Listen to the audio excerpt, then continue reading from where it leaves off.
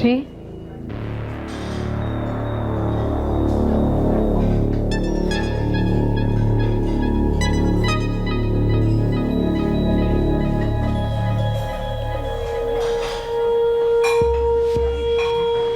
काफी बेसब्र है आप। एक ड्रिंक तो हो जाए मिस्टर, तो बातें, कम से कम इंट्रोडक्शन तो हो जाए। मेरा नाम मोनिका है और आपका?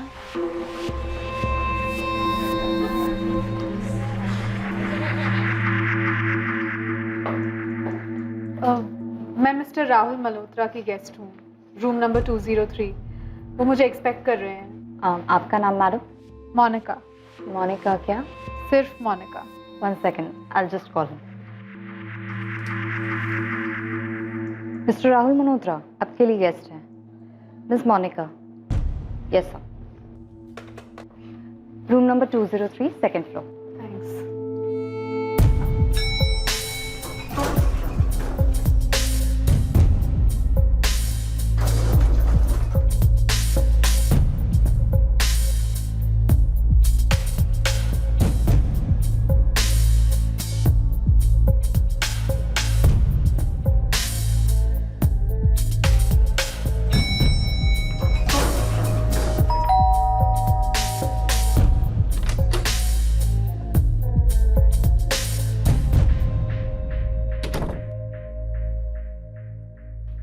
ललित चल बाय। हाँ सुन हिंदा, ये एक नए गेस्ट ने चेक इन किया है ना, राहुल मल्होत्रा फ्रॉम सूरत। हाँ, चेक इन के बाद एक फीमेल गई थी उसके रूम में, गेस्ट। तो इसमें नया क्या है? चल बाय। चल बाय।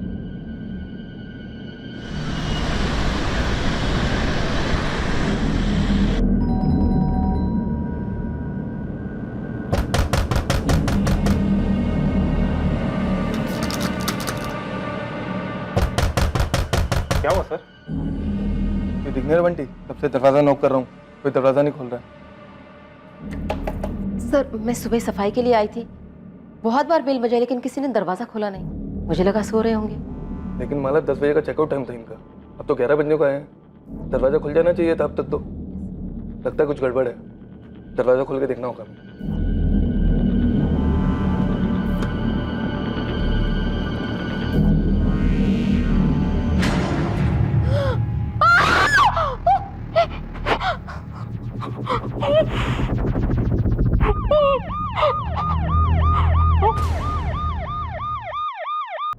लेफ्ट राइट देख रही है?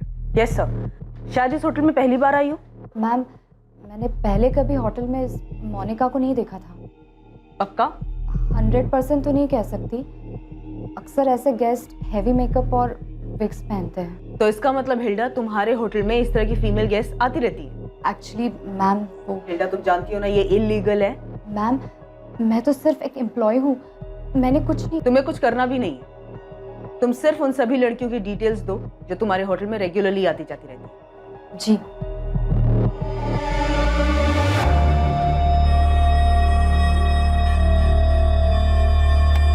सही आदमी थ्रू आउट नीचे अपने फोन की तरफ देख रहा है, सीसीटीवी अवॉइड कर रहा है।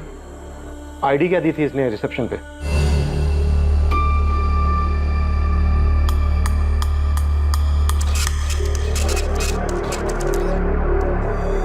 Thank you sir.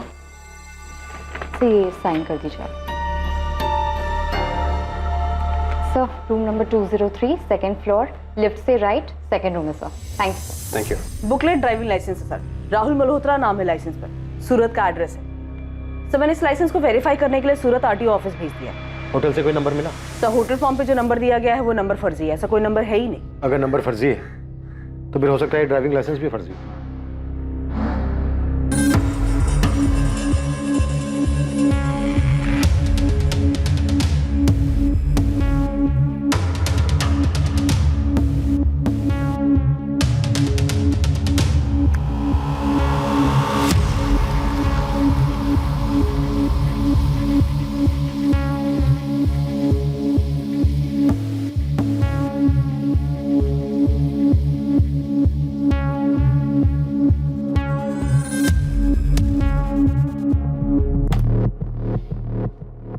आदमी ने चेक इन किया, फिर अपने रूम में गया। उसके थोड़ी देर बाद वो होटल बार में गया, वहां वो औरत उसे मिली। उसके थोड़ी देर बाद वो वापस अपने रूम में आया और उसके 10 मिनट बाद वो औरत उसके रूम में गई। हाँ सर, और उसके बाद अगले दिन।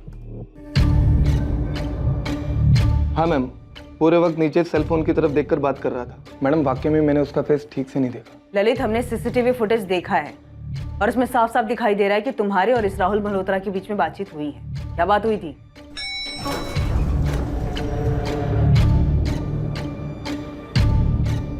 Good morning sir. Good morning. Have a nice job sir. या लेफ्ट साइड अवॉइड कीजिएगा सर, थोड़ा काम चल रहा है। फिर ललित क्लीनिंग स्टाफ के साथ ऊपर रूम में गया और हमें फोन किया। ये लास्ट क्लिप थी सर।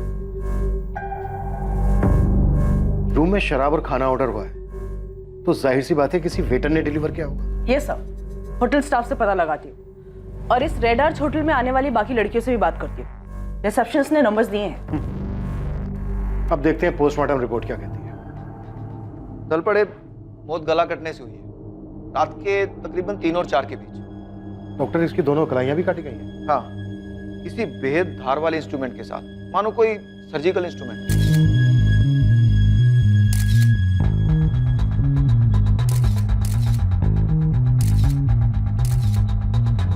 डॉक्टर, क्या कातिल का मेडिकल बैकग्राउंड हो सकता है? पॉसिबल है, पर यह हत्यारा निहायती विकृत इंसान है।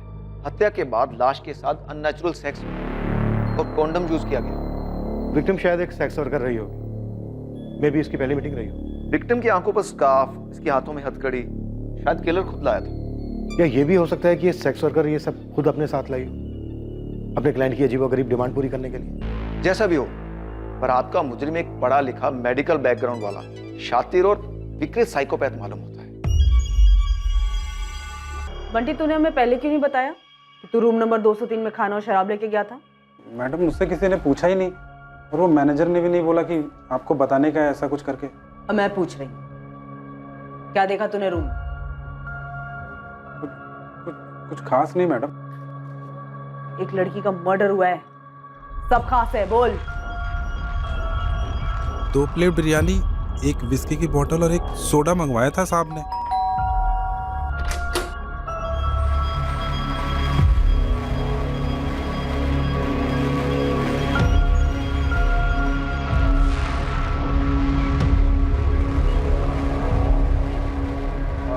मैडम, और कुछ लगेगा?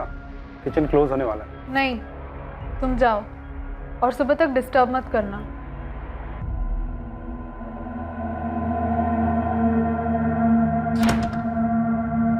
सुना तुमने? जी मैडम।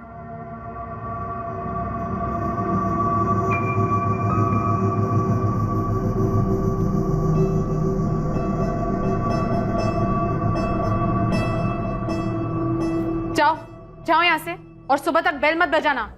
उस मैडम ने मुझे 200 रुपये टिप दिए और बोला कुछ चाहिए होगा तो बताएंगी। फिर मुझे गुड नाइट बोला, फिर मैंने भी उनको गुड नाइट बोला और वहाँ से निकल गया। तूने उस आदमी का चेहरा नहीं देखा? बिल्कुल नहीं देखा? ध्यान ही नहीं दिया मैडम।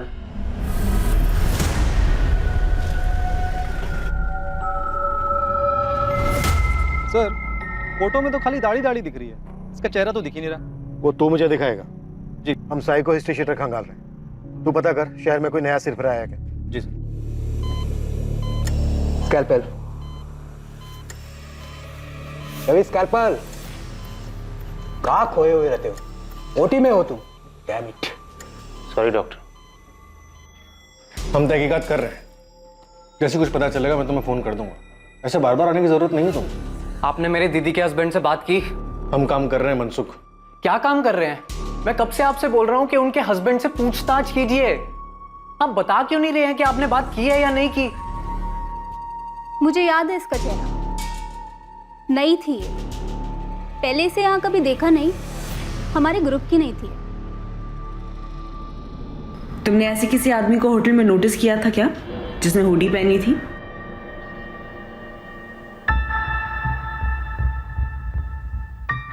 ध्यान नहीं दिया। वैसे भी हमारे लिए तो सारे आदमी इस तस्वीर की तरह होते हैं, एकदम धुंधले। मैं इतना कह सकती हूँ कि वो लड़की नई थी इस लाइन में। छोटी ड्रेस पहन के टांगे कौन छुपाता है?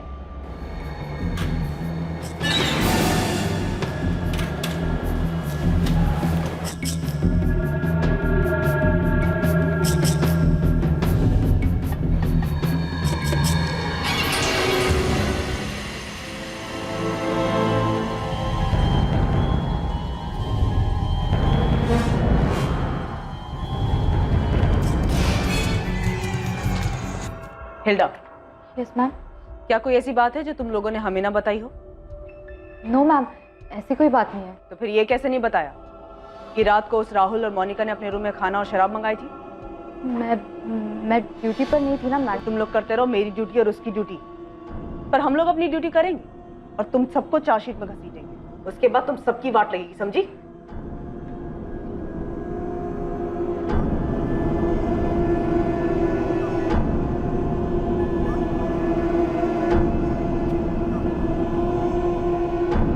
कुछ कहना चाहती हो? नहीं मैडम। हाँ हाँ मैडम, मैं कुछ कहना चाहती हूँ।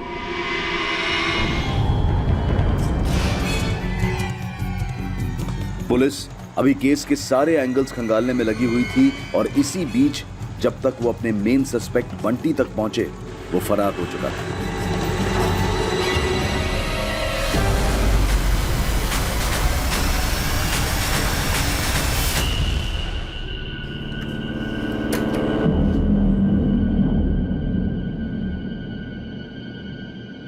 ये बंटी कहाँ गया है? मालूम नहीं मैडम, एक बैग भर के गया है कुछ 20 मिनट पहले। क्यों, क्या हुआ मैडम? सर, वेटर बंटी की खोली से उसके फोन का इंस्ट्रूमेंट मिला। सिम वो लेके गया है जो कि अभी भी ऑफ है। बाकी उसके यहाँ से कुछ भी नहीं मिला सर। माला तुम बोलो। सर वो बंटी बहुत बेकार था सर, गंदा लड़का।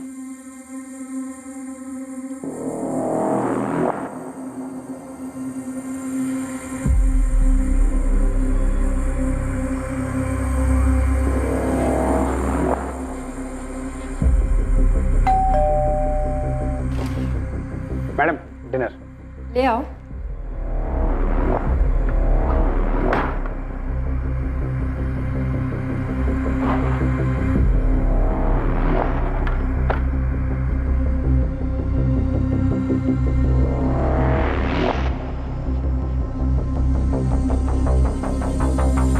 सर एक बार तो वो पकड़ा भी गया था और हमारे मैनेजर से अच्छी खासी डांट पड़ी थी उसको, लेकिन कुत्ते की दुम नहीं सुधरा वो। बंटी ने उस रात भी कुछ किया था माला?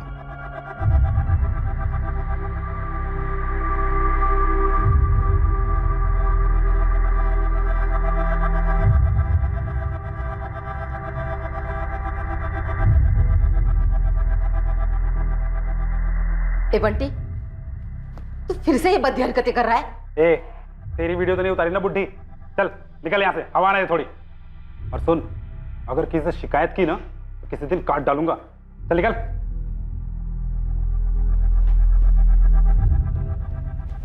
माला तुम्हें लगता है बंटी ने रूम नंबर 203 में भी वीडियो बनाया था? सर निकला तो वहीं से था वो।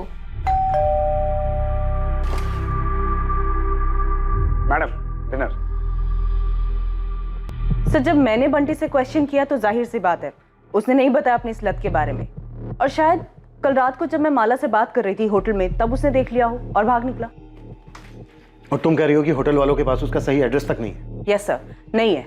यहाँ वहां से पूछ के मैंने उसका एड्रेस निकलवाया, तब तक काफी देर हो गई। दोनों रिसेप्शनिस्ट, मैनेजर, सारा स्टाफ सबकी जम के क्लास लेंगे। होटल चला रहे हैं, मजाक कर रहे हैं, क्या फिर मिले हुए हैं सबके सब? रेड आर्क होटल के पूरे स्टाफ से कड़ी पूछताछ की गई, पर किसी भी स्टाफ के पास वेटर बंटी की कोई जानकारी नहीं मिल पाई। रेड आर्क होटल में वेश्यावृत्ति करने वाली सारी लड़कियों से भी पूछताछ हुई। ना कोई विक्टिम के बारे में कुछ जानता था और ना कातिल के बारे में। शहर के उन तमाम हिस्ट्री शीटर्स को भी खंगाला गया जिन्होंने अतीत में अज्ञात औरतों पर, खासकर सेक्स वर्कर्स पर हमले किए थे। साथ ही पुलिस के खबरी अपने पिटारों से हर मुमकिन पैतरा अपना रहे थे, बेनाम विक्टिम, बेनाम हत्यारा और भागे हुए वेटर बंटी पर कोई भी लीड पाने के लिए।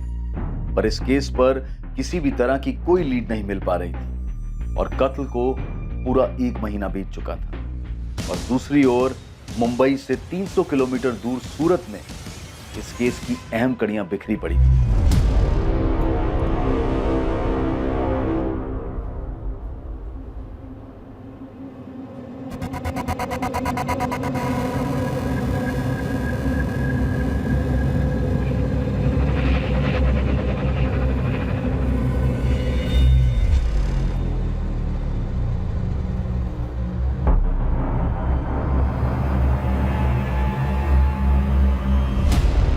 ड्राइविंग लाइसेंस पे सूरत का एड्रेस है।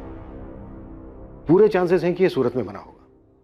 तो हो सकता है ये कातिल भी सूरत का हो। यस सर, किसी एडल्ट डेटिंग साइट के जरिए या फिर किसी एस्कॉर्ट सर्विस के जरिए सेक्स वर्कर को मंगवाया हो, अपनी विकृति पूरी कर ली और वापस सूरत चला गया होगा। सस्पेक्ट और विक्टिम दोनों की फोटोग्राफ सूरत पुलिस हेडक्वार्टर में भिजवा दो, अपने सभी थानों में भिजवा देंगे सर। और वेटर बंटी पर क्या लीड है? बंटी के कॉल रिकॉर्ड्स निकाले मैंने सर, पर शक करने जैसा कुछ भी नहीं है। फरीदा, खबरी राजू को बोलो कि वेटर बंटी के साथ साथ विक्टिम की आइडेंटिटी की लीड पता करने पर भी लग जाए। Right sir.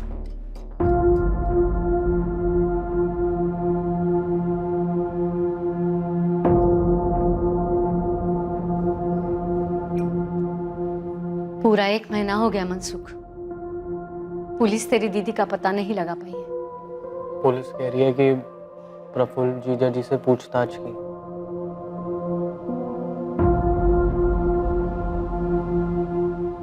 मैं कह रही हूँ प्रफुल्ल जिम्मेदार नहीं है, खोट तेरी बहन में ही था। तूने बाकी सब कुछ पुलिस को बता दिया? वो बहुत पहले का था मम्मी।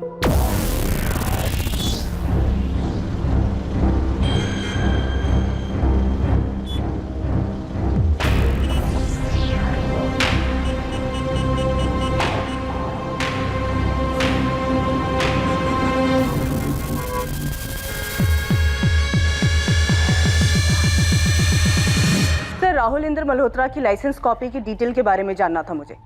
ये रिक्वेस्ट मैंने काफी पहले डाली थी, 4 हफ्ते हो चुके हैं। हाँ, वो 2002 के पहले का रजिस्ट्रेशन है ना, बुकलेट लाइसेंस, इसलिए ऑनलाइन नहीं मिला मैडम। हजारों फाइलों में से ढूंढकर हमने इसे निकाला है, इसलिए थोड़ा वक्त लगा। इस राहुल इंद्र मल्होत्रा ने जो एड्रेस डाला है 13/9 केसरबाग, इस एड्रेस पे हरिओम रावल रहता है, जिसके नाम पे ये लाइसेंस 17 साल पहले बना था। तब ये हरिओम 18 साल का था। आप इसकी एक कॉपी मुझे फैक्स कर दीजिए।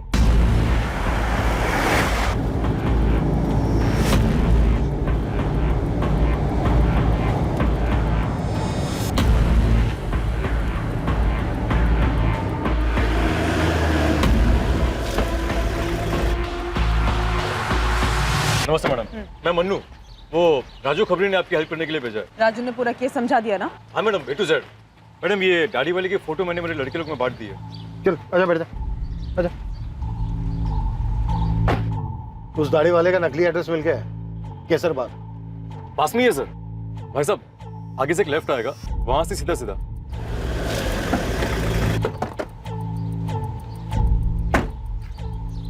हीरा पटाना ये रहा सर। ठीक है मन्नू, तब तक आसपास तू ये फोटो घुमा। ठीक है? ठीक है सर।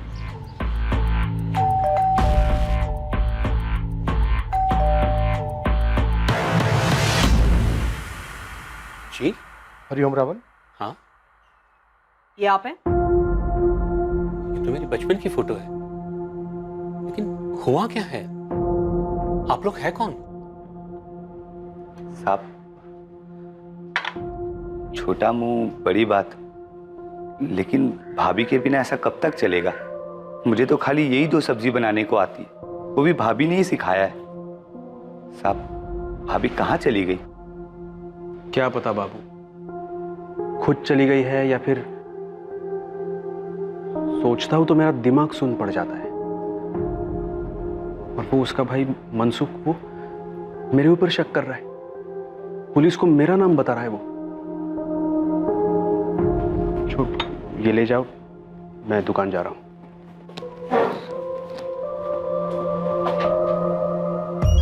राहुल इंद्र मल्होत्रा? नहीं सर, ऐसे किसी आदमी को मैं नहीं जानता। और ये?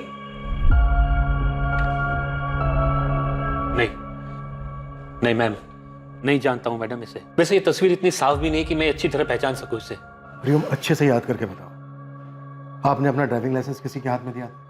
किसी बैंक में, किसी हॉस्पिटल में, या फिर किसी फॉर्म के साथ? नहीं सर। सर वैसे ये इंदर मल्होत्रा है कौन जिसने मेरे लाइसेंस से फर्जी लाइसेंस बनवाया? ये वही है जिसने मुंबई में एक बहुत ही क्रूरता से हत्या की। क्या?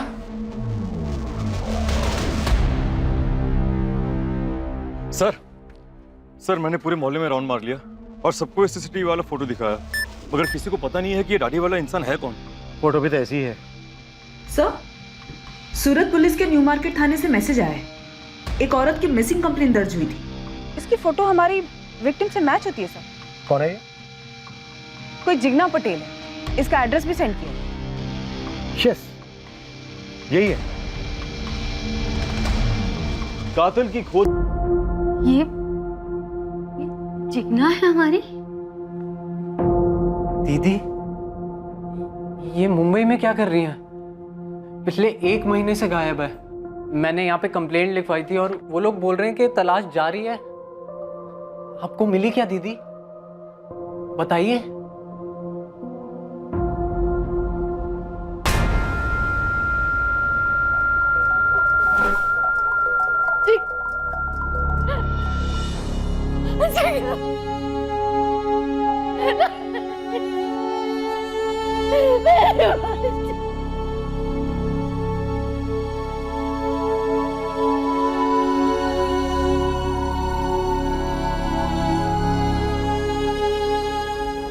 छब्बीस अगस्त की रात तुम कहाँ थे? यही था सर, सूरत में अपने घर में। मनसुख का कहना है कि 2 महीने पहले, यानी कत्ल के 1 महीना पहले, जिग्ना तुम्हारे साथ लड़के अपने मैके चली गई थी। झगड़ा किस बात पे हुआ था? शादी के बाद पहले 2-3 महीने सब ठीक चल रहा था, लेकिन अचानक से जिग्ना बदल सी गई थी। क्या बात है? तुम ही बताओ जिग्ना, क्या बात है? इस वक्त क्या चल रहा है तुम्हारे दिमाग में? बिना सोच के बताओ तुरंत। मैं ये सोच रही थी, तुम मुझे ऐसे घूर क्यों रहे हो? घूर नहीं रहा था, प्यार से देख रहा था। यही सोच रहा था कि कितने दिन हुए हैं हमने कुछ किया ही नहीं है। मेरे छूने से तुम्हें घिन आती है? ड्रामा मत करो, मेरे सर में दर्द है। सर में दर्द? पिछले 3 महीने से सर में दर्द है तुम्हारे। नहीं है मूड मेरा। लेकिन क्यों? अभी अभी शादी हुई है ना हमारी। शादी हो गई है तो क्या लाइसेंस मिल गया है? खरीद लिया है मुझे कि जब चाहो मजे कर लो? सेक्स वर्कर समझते हो मुझे?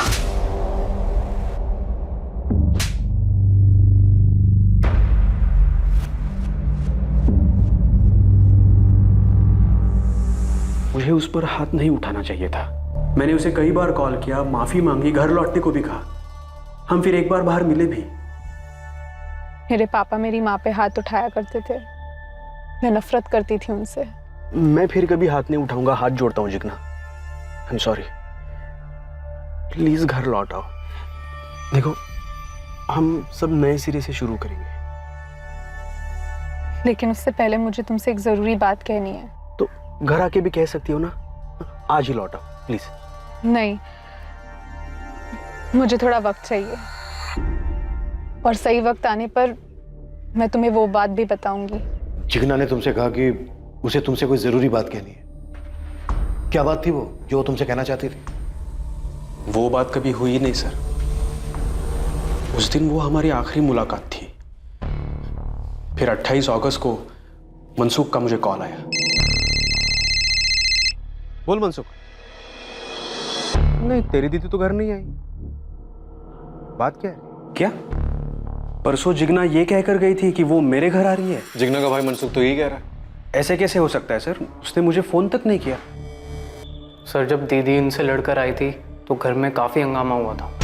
अरे एक थप्पड़ मारा तो कौन सा पहाड़ टूट पड़ा? ये तुम कह रही हो मम्मी?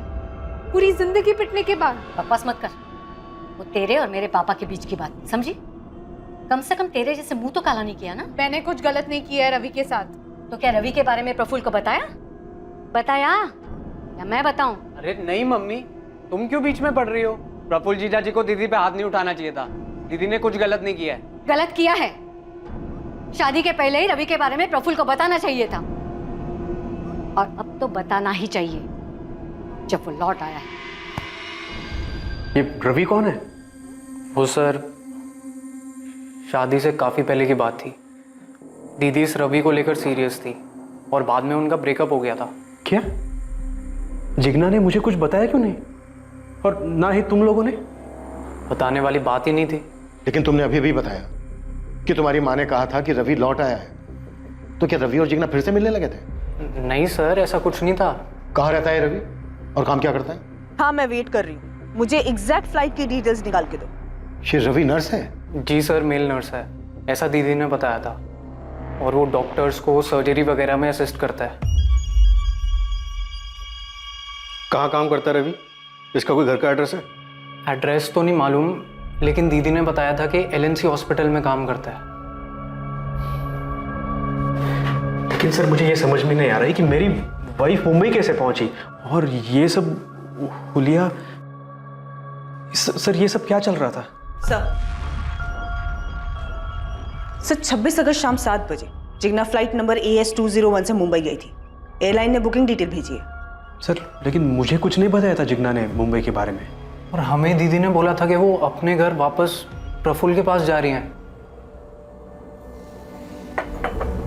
कहाँ जा रही हो दीदी? मैं वापस अपने घर जा रही हूँ। मेरी प्रफुल्ल के साथ सुलह हो गई है। इससे अच्छी खबर तो सालों में नहीं सुनी मैंने।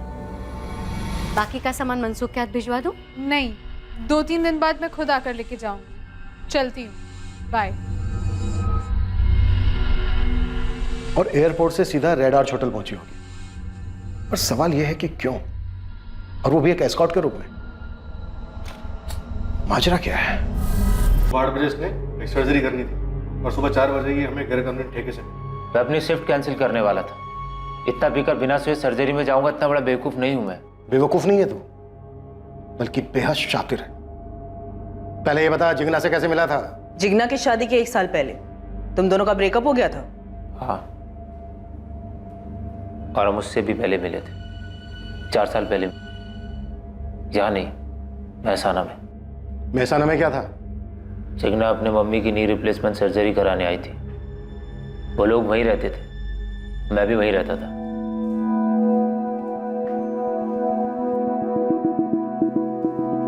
फर्स्ट क्लास गई सर्जरी। अब आपकी मॉम फुटबॉल खेल सकती है। बस वो ठीक से चल फिर सके, वही बहुत है। एक बात कहूँ, बुरा तो नहीं मानेंगे? कहिए। ये अर्थराइटिस विरासत में मिलता है। आप अभी से केयर लो, कैल्शियम लो, वॉक पे जाओ, ख्याल रखो अपना। मैं भी अपनी मॉम को रोज सुबह लेके जाता हूँ वॉक पे। That's so sweet.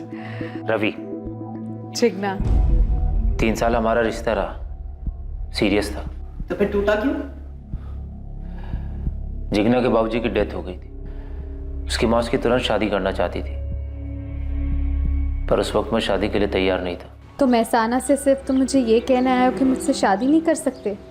फोन पे कह देते ना। मेरी यूएसए में जॉब लग सकती है। मेल नर्सेज की बहुत शॉर्टेज है वहाँ पे। मेरी लाइफ का एम्बिशन रहा है यूएसए जाना। और अगर मेल नर्स शादीशुदा हो तो उसे यूएसए में एंट्री नहीं मिलती, ऐसा कोई रूल है? अगर अमेरिकन लड़के से शादी हो तो वीज़ा तुरंत लगता है। मेरे दूर के रिश्तेदार वहाँ पे सिटीजन है, उनकी बेटी है। ओह, मेरी पूरी फैमिली की तकदीर बदल जाएगी जिग्ना। मेरी तकदीर तो अभी अभी बदल गई रवि। सॉरी। मैं 1 साल से जिग्ना के टच में नहीं था। मुझे तो ये भी नहीं पता था कि उसकी शादी वादी हो गई। 1 साल के बाद मेरी यहाँ एलएनसी हॉस्पिटल सूरत में पोस्टिंग हुई। उसको मैंने यहीं पे देखा, अपनी माँ को दिखाने आई थी। यूएसए का क्या हुआ?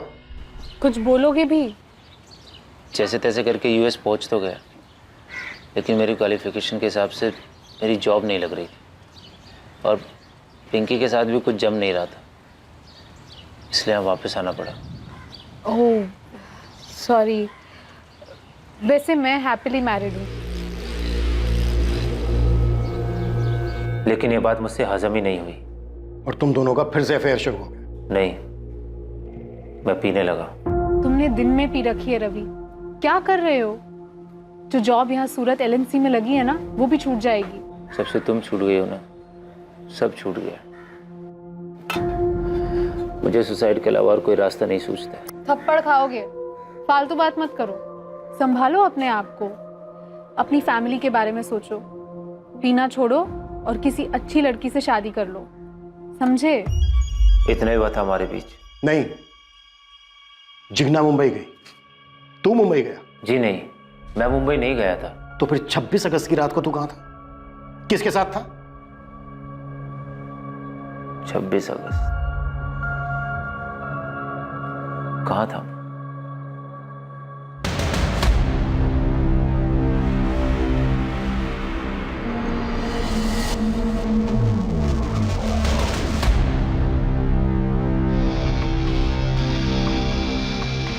हाँ मैम, ये दोनों तो मुझे अच्छी तरह से याद हैं।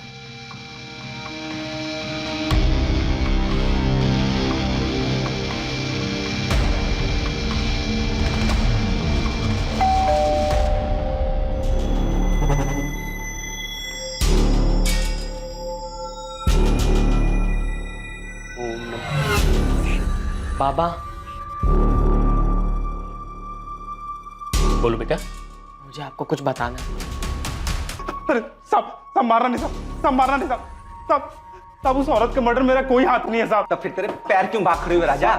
मुंबई से डायरेक्ट कोंकण, ऐसे ही टाइम पास के लिए। और क्या क्या करता है तू टाइम पास के लिए? कुछ नहीं साहब। याद आया कुछ? कहाँ था 26 अगस्त की रात को? सर बस मुझे इतना याद है, मैंने बहुत ज्यादा पी ली थी।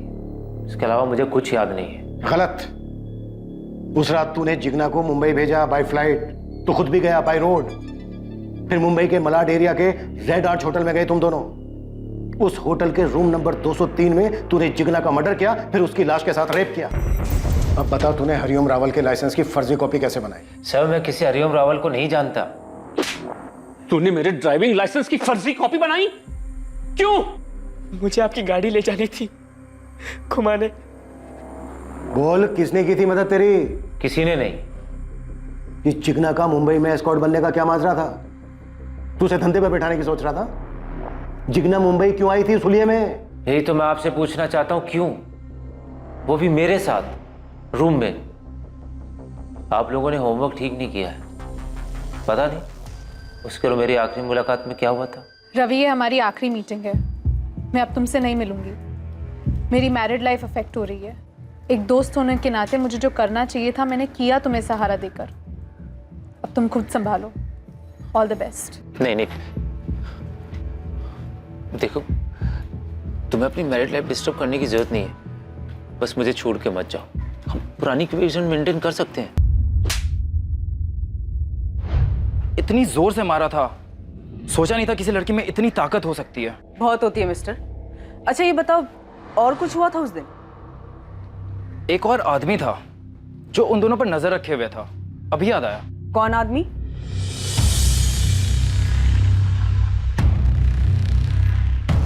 यही था।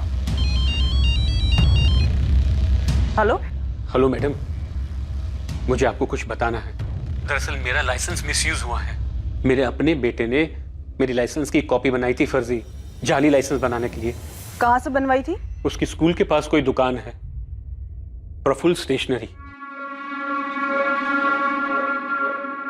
सब मारो नहीं साहब, मैं सब सच बताता हूँ साहब। सब बता, क्या हुआ तो उस रात को?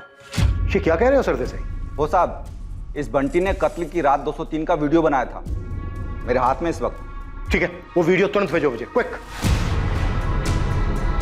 इस बंटी ने कत्ल की रात 203 का वीडियो बनाया था, मेरे हाथ में इस वक्त।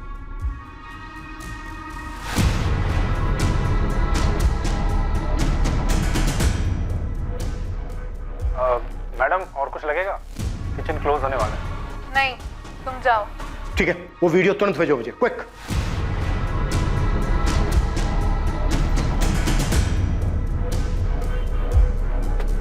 मैडम स्कैल्पेल तो ये भी बेचता है। प्रफुल्ल पटेल, तुम बच्चों की किताबें बेचने के अलावा फोटोकॉपी भी करते हो, बायोलॉजी बॉक्स भी बेचते हो जिसमें स्कैल्पेल भी होता है। बाबू सच बोल, तेरी मालकिन का भयंकर तरीके से मर्डर हुआ है। ये देख। साहब, मैंने आपसे झूठ बोला कि उस रात प्रफुल्ल साहब घर पर ही थे। दरअसल शाम को वो बैग पैक करके कहीं निकल गए और अगले दिन सुबह लौटे। नमस्ते साहब। बाबू, किसी ने फोन किया था, पूछा मेरे बारे में? नहीं तो साहब। मेरे लिए नहाने का पानी गर्म करो। हाँ ठीक है साहब। नहीं, तुम जाओ और सुबह तक डिस्टर्ब मत करना।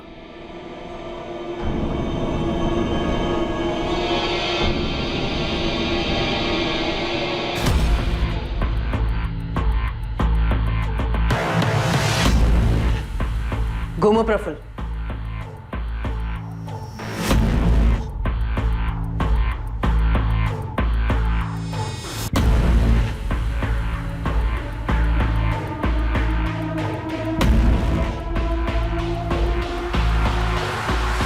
प्रफुल्ल पटेल, सारे सीसीटीवी कैमरास को पीठ दिखा के तूने हमें धोखा दिया। अब देख, तेरी पीठ नहीं तुझे पकड़वा दिया। मैं रवि के बारे में सब जानता था सर। मैं एक अरसे से पीछा कर रहा था जिग्ना का।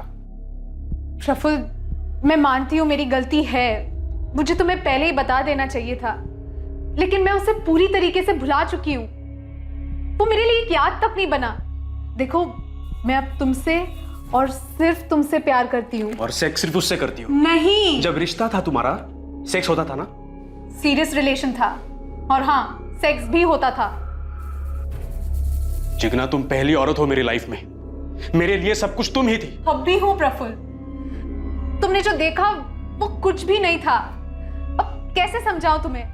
रवि अचानक से मेरी लाइफ में वापस लौट आया, लेकिन हमारे बीच में ऐसा कुछ भी नहीं है। झूठ बोल रही हो तुम जिग्ना। उसके बाद मैंने उसे फोन पे बहुत पटाया, माफी मांगी, तब जाके वो मुझसे मिलने आई। प्रफुल्ल, मैं चाहती हूँ हम दोनों सब कुछ भुलाकर एक नए सिरे से शुरू करें, और तुम मुझ पर कभी हाथ नहीं उठाओगे, और रवि को लेकर कोई सवाल जवाब नहीं करोगे। नहीं करूंगा, प्रॉमिस। जिग्ना, मैं भी नए सिरे से हमारा रिश्ता शुरू करना चाहता हूं, लेकिन मेरी एक छोटी सी विश है जो तुम्हें पूरी करनी होगी। क्या? देखो, मुझे लगता है कि हम दोनों के बीच में, खासकर बेडरूम में, काफी टेंशन सा रहा है। आज के बाद ऐसा कभी नहीं होगा, आई प्रॉमिस। जिग्ना, मुझे मेरी एक सीक्रेट फैंटेसी पूरी करनी है। कोई सुनेगा तो गलत लगेगा, लेकिन ऐसी कौन सी फैंटेसी है? मैं भी तो सुनूं। मुझे रोल प्ले करना है। कैसा रोल प्ले?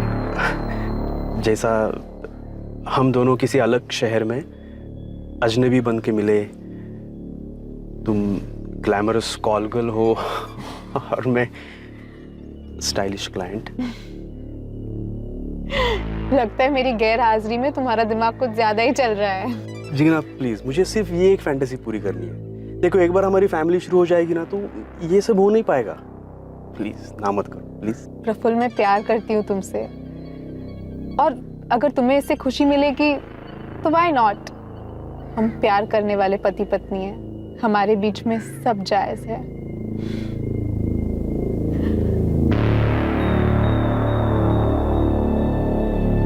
हमने तय किया था कि हम किसी को नहीं बताएंगे कि हम मुंबई जा रहे हैं। प्लान के हिसाब से जिग्ना फ्लाइट से मुंबई पहुंच गई। मैंने उसे होटल का नाम बता रखा था, और मैंने हरिओम रावल की ड्राइविंग लाइसेंस की फर्जी कॉपी बना रखी थी। जिग्ना फ्लाइट से पहले पहुंच गई, और मैं बाय रोड राहुल मल्होत्रा बनकर पहुंचा। राहुल मल्होत्रा ने होटल रेड आर्च में अपनी आईडी दिखाकर रूम नंबर 203 बुक किया, और होटल के बार में राहुल टॉप की कॉल गर्ल मोनिका से मिला। डील हुई पूरी रात की। रूम में भी बड़ी चालाकी से राहुल ने अपना चेहरा छुपाया।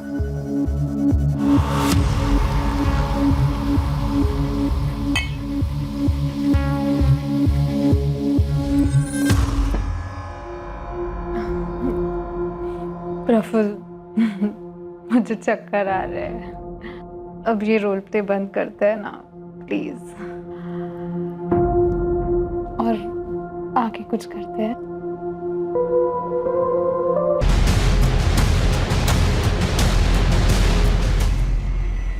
राहुल ने मोनिका से अपना बदला ले लिया। रोल प्ले का दी एंड हो गया। उसकी बेवफाई की सजा उसे मिली। फिर सीसीटीवी से बचते हुए राहुल मुंबई से सूरत लौट आया बाय रोड, और फिर से राहुल प्रफुल्ल पटेल बन गया।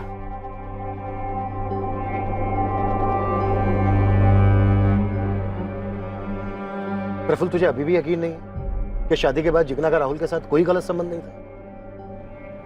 नहीं। प्रफुल्ल पर अपनी पत्नी जिग्ना के साथ बलात्कार करने और कत्ल के चार्ज लगे हैं, और मुकदमा बहुत जल्द शुरू होने की उम्मीद है। जिग्ना के भाई और मां को इस बात को स्वीकार करने में समय लगेगा कि जिग्ना अब इस दुनिया में नहीं रही, और दूसरी तरफ रवि अपनी जिंदगी को यादों के शिकंजे से छुड़ाकर पटरी पर लाने की